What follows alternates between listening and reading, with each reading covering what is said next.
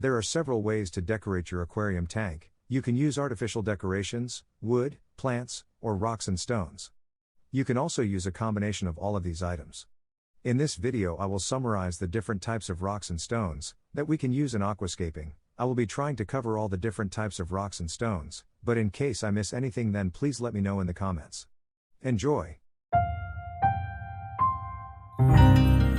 Can we use any kind of stones that we can find out in nature? The answer is simply no. If you like a stone and want to use it in your aquarium, then you must first make sure that it won't negatively change the chemical structure of the tank water. Some rocks and stones tend to change things like the water pH, hardness or chemical composition of water by introducing some unwanted minerals to the water column, so it is very important to carefully choose what you add to your tank.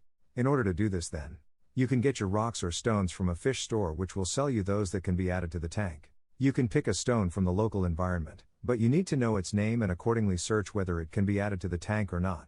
You can pick an unknown rock or stone, add to a container of water for a few days and keep testing the water pH, hardness, GH, KH and check the minerals to make sure that it won't disturb the water composition, and hence the fish. Even if things seem to be okay, then I definitely recommend that in this case you don't add all the fish at once, just start with 1 or 2 fish and if everything is okay then you can go ahead and introduce the rest of the fish. Our first stone for this video would be the Dragon Stone. It is also known as Ohko Stone. It has a lot of details and crevices, and that's why it is one of the popular stones out there for those people looking to have something with a lot of details. It can come with a wide array of colors, ranging from reds, yellows, and browns. The Dragon Stone is a clay-based stone which means it is hard to clean and can break easily.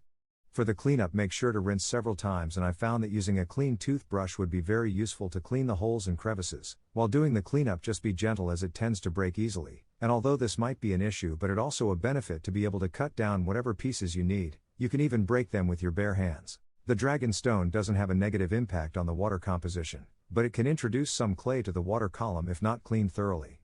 The Seiryu Stone usually comes in dark or light gray colors, and the single stone can have both colors dark and light grays, plus some white lines that look very adorable in the aquarium tank after combining it with plants. It has a lot of details that make it very popular in aquascaping.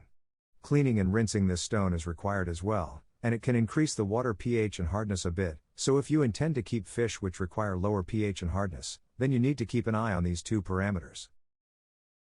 We have also the lava rock, which is a porous rock with a lot of holes that are usually filled with air. Having said that, soaking lava rock in water before introducing to the tank is a must to make sure that all the air comes out, and that the lava rocks can sink to the tank bottom. There are several colors for the lava rock, but the most popular ones are the black and the dark red colors. Because it is a porous rock, it is considered as a very good media for the beneficial bacteria. Beneficial bacteria will inhabit these rocks whether inside the tank, or even if you break these rocks into small pieces and used as a biomedia inside your filter. The red lava rocks tend to give a reddish or brownish tint to the water, so cleaning and rinsing thoroughly is required here. In general, lava rocks should not alter the water chemistry.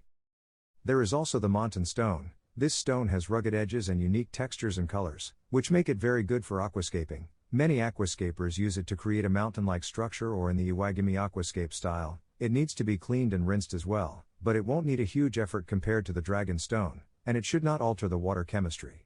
The name of the next stone is a bit strange. It is called the Elephant Skin Stone, and from its name you can identify the expected color and texture of such stone. This stone is a bit rare, and you can find some issues to be able to find it in local fish stores. Its unique color and texture causes a lot of demand. Again, combining this stone with some plants will give you a very unique aquascape in your aquarium tank. Cleanup and rinsing is also needed here, and note that although its color is light gray but it darkens after adding water or after getting wet. Some of these stones might alter the water chemistry, so adding it to a container of water and monitoring the water chemistry is a must before introducing to the aquarium tank. In general, for any stone, and if you still didn't buy the fish, then going through this step will define which type of fish to buy, the ones that require lower pH and hardness or the ones that require higher pH and hardness. Our next item is not actually a stone, it is the petrified wood, but since it is petrified after applying heat and pressure for thousands and millions of years in nature, then its inner composition has changed from wood to stone, and that's why I'm including here. If you know the term fossilized, then this wood has been fossilized already. The overall look of the fossilized or petrified wood is stunning. It is something between wood and stones that will just look great in the tank. Rinsing and cleaning is needed but probably not required in most of the cases. In general, this type should not alter the water composition. But since the fossilization process itself might differ from one place to another based on the minerals and metals available in the environment, then checking the water parameters is always recommended in this case. The next item is maple leaf stone, which is a reddish-brown stone with a web-like surface. Because it has a lot of valleys and crevices on its surface, then rinsing and cleanup thoroughly is required here. This stone should not alter the water composition in any harmful way. Now comes the Gobi desert stone. In all the previous stones we didn't mention any stone with white or off-white color tones, and here comes the Gobi stone. It is a very beautiful stone with a smooth surface. Its texture look as if the stone consists of several layers that are carefully placed on top of each other. Just note that the color gets darker after adding the water, but it is still a unique stone that will create a unique aquascape. The negative part is that it might alter the water composition, so just make sure to check the water parameters before introducing the fish. The next stone is Pagoda Stone. It has a rugged uneven texture. I don't like it very much but thought to add it here anyway. Also note that it will increase the water hardness, so this stone can be added to tanks where you keep fish that like the hard water.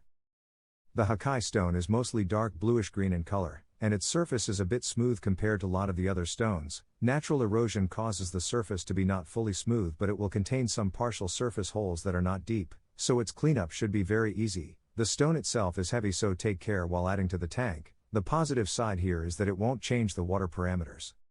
There is another stone called Desert Stone which resembles a lot the Dragon Stone, but it is not as fragile as the Dragon Stone. It has almost all the Dragon Stone characteristics, so it will require good rinsing and cleanup. It has also some characteristics from the lava rocks, mainly the porous point, which makes it very good for the beneficial bacteria. So far I believe I covered like 11 different types of stones. I believe these are the most popular ones. If you have some other stones or rocks that you need me to cover, then leave me a comment, and I can work on another video to cover any remaining ones. Don't forget to like, subscribe and ring the small bell for the notifications, and while you are here check these two videos.